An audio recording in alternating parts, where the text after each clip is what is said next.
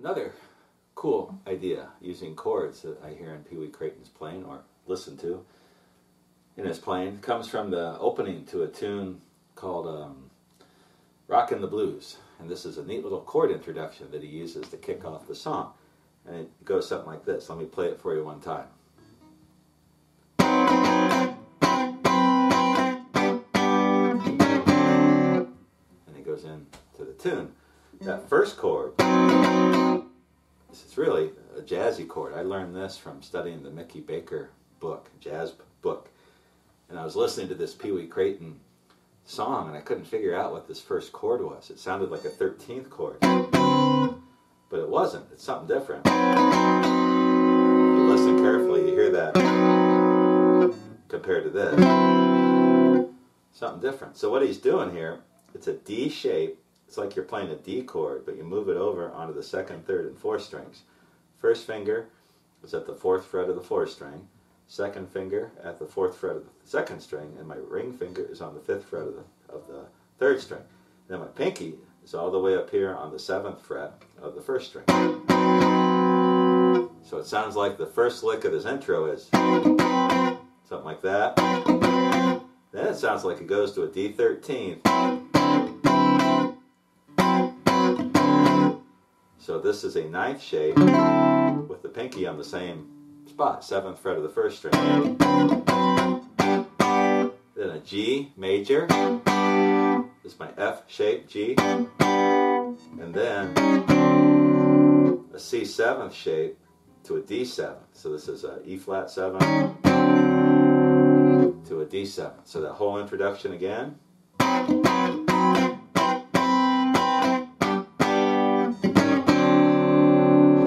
Just a neat chord intro to kick off a song. So if you're playing an A, you could do.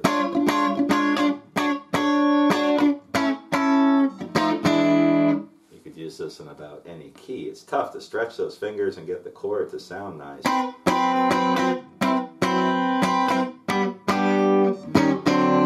But to me, it sounds like that's what he's playing there. Another similar idea, chord idea, comes from an instrumental tune called Bounce Pee Wee.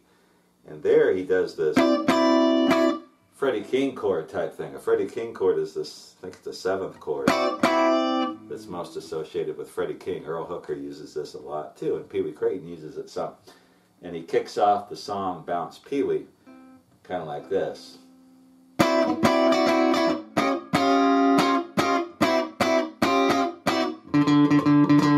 We're going to do the whole instrumental Bounce Pee Wee in a minute. So he's taking this chord shape. He's got his first finger on the seventh fret of the first and second strings.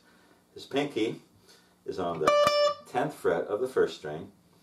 His second finger is on the 9th fret of the third string. And then his ring finger is on the 10th fret of the fourth string. You listen to the Freddie King tune Hideaway. That's what you hear. So we're just moving this down to a D. And all he does is, and he moves it to a, what would be an E flat. Then moves it back and forth. Does this little bass thing for the 5. And he goes into the song, which we'll get into in a little bit. So one more time.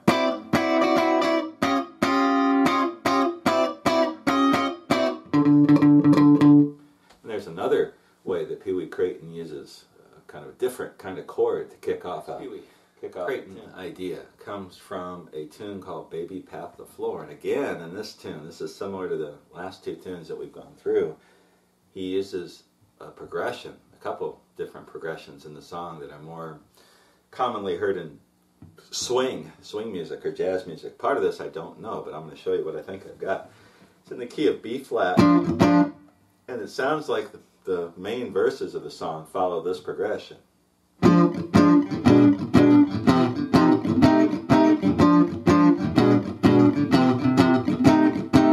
he's doing this kind of swing chord thing. It sounds like a B flat to this chord, which I'm not sure what it is, but I've got my first finger on the 6th fret of the 4th string. my second finger on the 7th fret of the 6th string, and then my ring finger on the 7th fret of the 3rd string. And I'm kind of muting the open 5th string. Could be a diminished chord.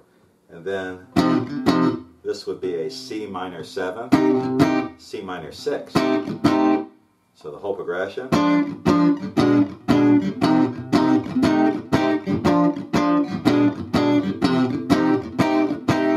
So a C minor 7th, we did this before. I've got my thumb. I like to use my thumb. You could use your second finger, whatever, on the 8th fret of the 6th string, and then my first finger is flattened out on the top 4 strings of the 8th fret. And then I switch it to a minor 6 instead of a F9. Same shape, but I take my second finger and move it to the 8th fret. And that makes it a minor 6. So I've got this.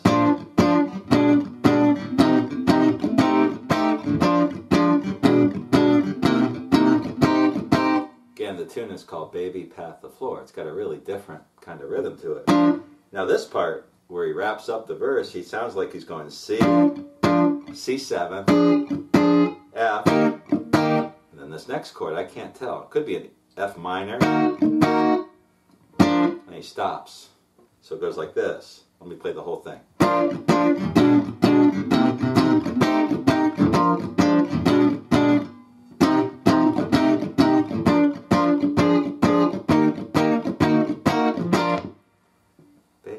Pat the floor. And he does it again.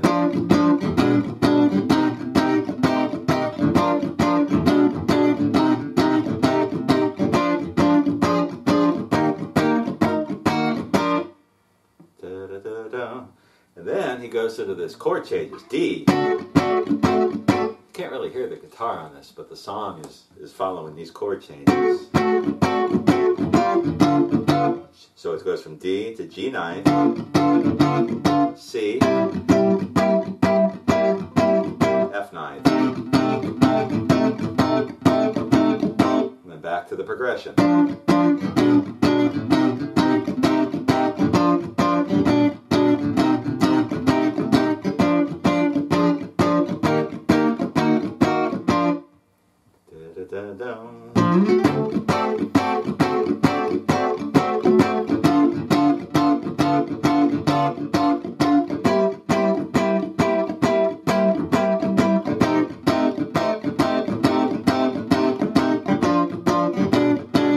So on. And so there's a little swing idea. So if you're ever playing in like B flat,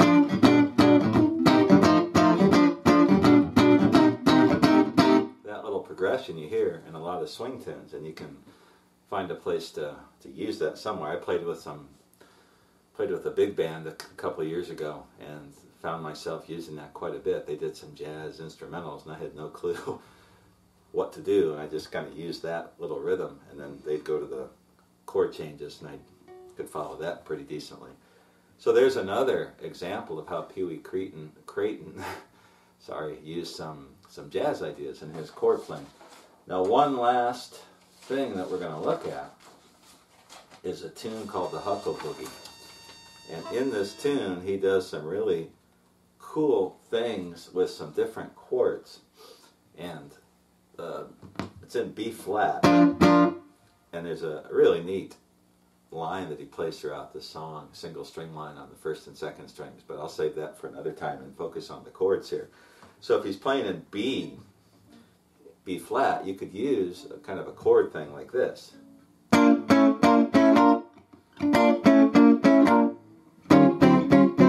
Or some different variation of that. But he uses the higher, he goes down on the neck, or up on the neck, down on the neck, up. He's going to play these high, what I call high B9 or high second position 9th chord. And I'm not going to show you exactly the rhythm, but I'm just going to show you the chords. And you can listen to the tune Huckle Boogie if you want to see how he does this. So if you're playing in B flat and you go to an instrumental break, you could play it. You can do a lot of different stuff with these 9th chords. Now when he goes to the 4, So here we are with a B flat ninth chord and a 4. We could go back here and play an E flat ninth, but he does this. Plays that chord, which I think is an E flat 7, some kind of E flat 7. And what I'm doing, it's kind of similar to a chord we did before when we were doing one of the introductions. He's got really just a D shape move to the 2nd, 3rd, and 4th strings, and his first finger and second finger are both on the 11th fret. First finger on the 11th fret of the 4th string, second finger on the 11th fret of the 2nd string, and then his ring finger is on the 12th fret of the 3rd string. Now his pinky is just going to go 1 fret up on the 13th fret. And so when he plays the 4 over the 4 with this kind of thing, you can stay right there. And he does these type things throughout the song where he's moving it. And there's one point of the song where he comes from the other direction. So I'm showing you the chord idea. And you can hear them in the tune Huckle Boogie. And then he goes back to the 1. And then for the 5, he does a couple different things. One time he just plays the F ninth with a first position ninth chord. And back to that E flat 7. And so when a tune is playing in B flat, instead of staying here, you could play it here. And really come up with all kinds of different ways to play those chords.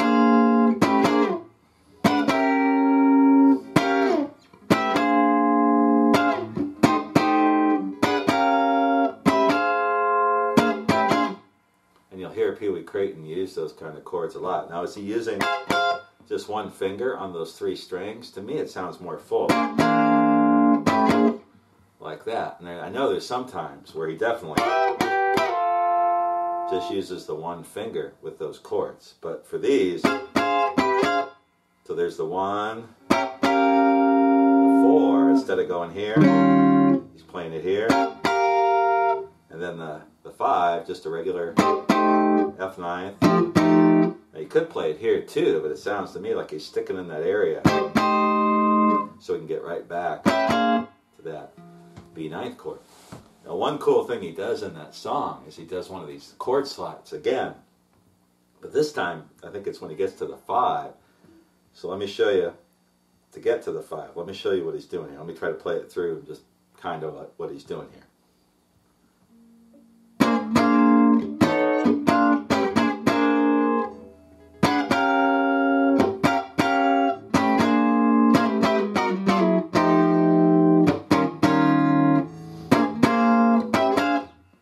That sort of thing. So what I'm doing is on the 1,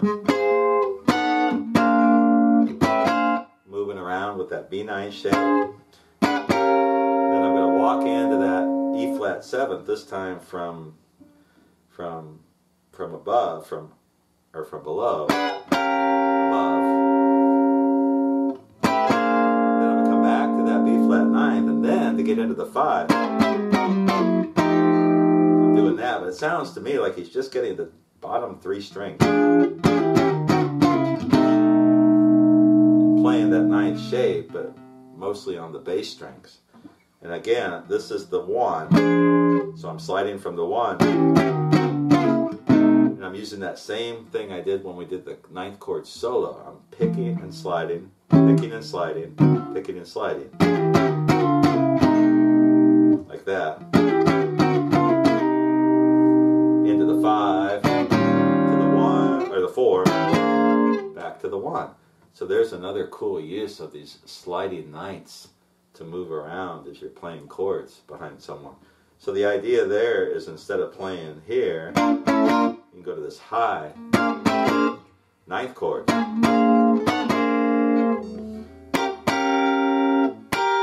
And you can mix up the rhythm, leave some space in there, do whatever you want.